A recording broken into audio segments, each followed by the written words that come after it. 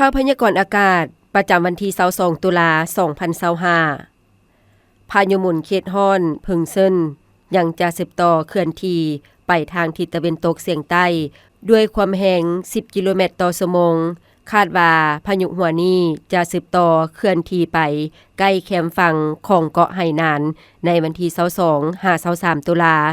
จากนั้นจะสืบต่อเคลื่อนไปที่ใกล้แคมฝั่งทางภาคกลางและภาคใต้ของสาธารณรัฐสังคมนิยมเวียดนามซึ่งพายุหัวนี้จะส่งผลกระทบต่อกับภาคกลางและภาคใต้ของประเทศลาวซึ่งจะเฮ็ดให้มีฝนตกฟ้าห้องฟ้าเลื่อมในระดับค่อยหาปานกลางอยู่เกือบทั่วไปในแต่ละภาคและจะมีฝนตกหนักพร้อมจะมีลมพัดแรงอยู่บางท้องถิ่นดังนั้นจึงแจ้งเตือนถึงประชาชนบรรดาเผ่าองค์การปกครองท้องถิ่นและองค์การจัดตั้งทุกภาคส่วนอยู่เขตภาคกลางและภาคใต้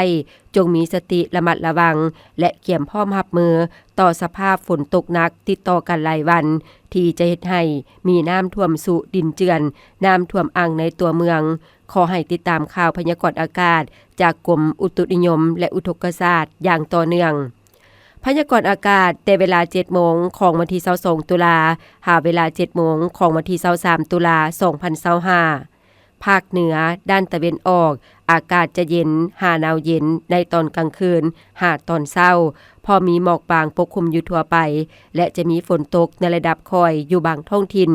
หรือเนื้อที่การปกคลุมของฝนเท่ากับ30ส่วนห้อยของภาคอุณหภูมิในระหว่าง 14-26 องศาภาคเหนือด้านตะวันตกอากาศจะเย็นหาหนาวเย็นในตอนกลางคืนหาตอนเช้าส่วนตอนบ่ายอากาศร้อนและจะมีฝนตกในระดับค่อยอยู่บางท้องถิ่นพอมีลมพัดแรงเป็นบางโอกาสหรือเนื้อที่การปกคลุมของฝนเท่ากับ25ส่วนห้อยของภาคอุณหภูมิในระหว่าง 17-33 องศานครหลวงเวียงจันทน์อากาศจะร้อนในตอนบ่ายและจะมีฝนตกฟ้าห้องฟ้าเลื่อมในระดับคอยอยู่ทั่วไปและตกปานกลางอยู่บางบริเวณพอมีลมพัดแรงเป็นบางโอกาสหรือเนื้อที่การปกคลุมของฝนเท่ากับ40ส่วนห้อยอุณหภูมิในระหว่าง25-34 องศาภาคกลางอากาศจะเย็นในตอนเช้ายังจะมีฝนตกในระดับคอยอยู่เกือบทั่วไปและตกในระดับปานกลางหาตกหนักอยู่บางท้องถิ่นและมีลมพัดแรงอยู่ทั่วไปหรือเนื้อที่การปกคลุมของฝนเท่ากับ50ส่วนห้อยของภาคอุณหภูมิในระหว่าง21-34 องศา